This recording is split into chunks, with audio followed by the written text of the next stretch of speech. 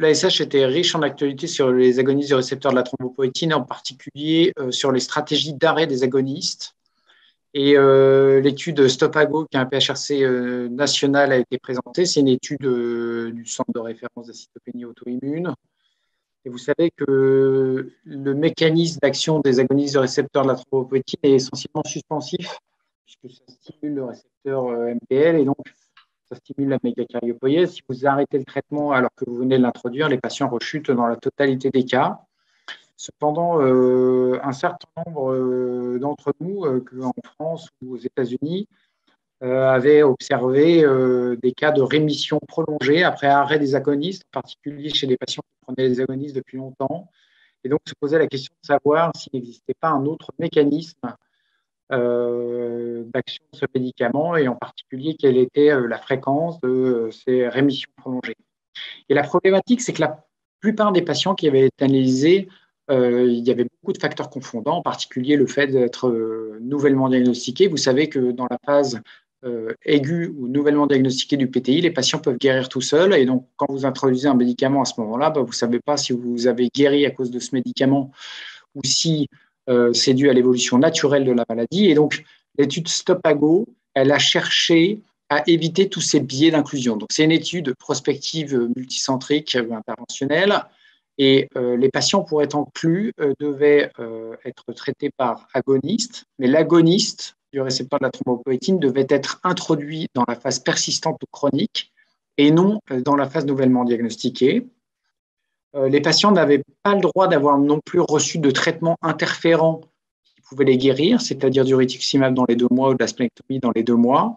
Et puis, ils devaient avoir un agoniste depuis longtemps, c'est-à-dire plus de 3 mois, avec un chiffre de plaquettes supérieur à 100 gigalitres, c'est-à-dire en réponse complète de ce traitement. Et donc, les patients étaient inclus. De façon standardisée, les 2 agonistes étaient diminués progressivement jusqu'à l'arrêt, à 10 semaines maximales. Et puis après, le critère principal de jugement, c'était à la 24e semaine. Et les critères secondaires, c'était le suivi tout au long de l'étude jusqu'à 1 an et la survenue de manifestations hémorragiques. 48 patients ont été inclus dans 22 centres et le critère principal de jugement montre que 50% des patients maintiennent une réponse prolongée après l'arrêt, la réponse étant définie par un chiffre de plaquettes supérieur à 30 gigalitres. Et parmi ces patients, 20% sont en réponse complète, c'est-à-dire un chiffre de plaquettes supérieur à 100 gigalitres, et ceci tout au long de l'étude.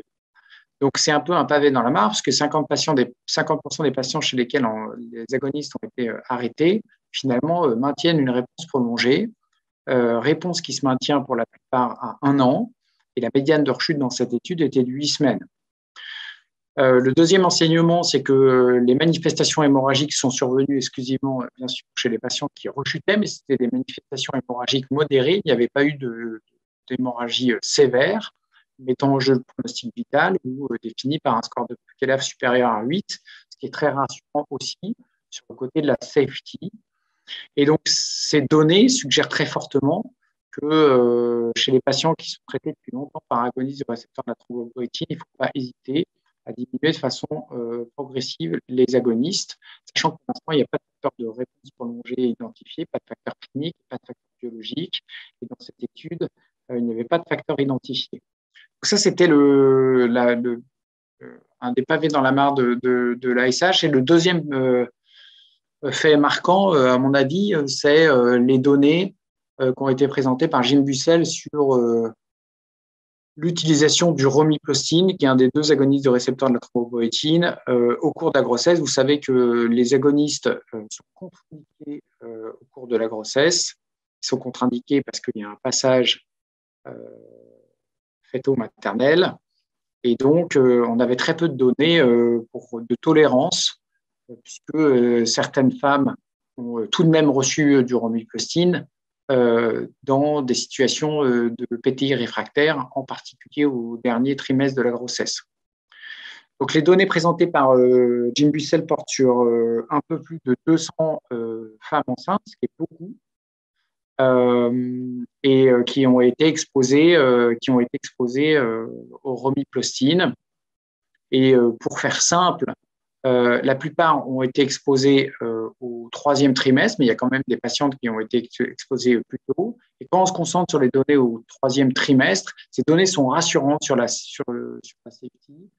D'une part, il n'y a pas de thrombose, il n'y a pas de thrombocytose majeure, et il n'y a pas de manifestations malformatives chez les nouveau-nés. Et donc, ces 3 points sont quand même très rassurants et plaident en faveur de l'utilisation de ce médicament en cas de situation inextricable ou réfractaire, c'est-à-dire chez les patients qui ne répondent pas aux immunoglobulines, aux corticoïdes ou aux autres traitements utilisés pendant la grossesse, c'est-à-dire l'Immurel ou la Dizulone.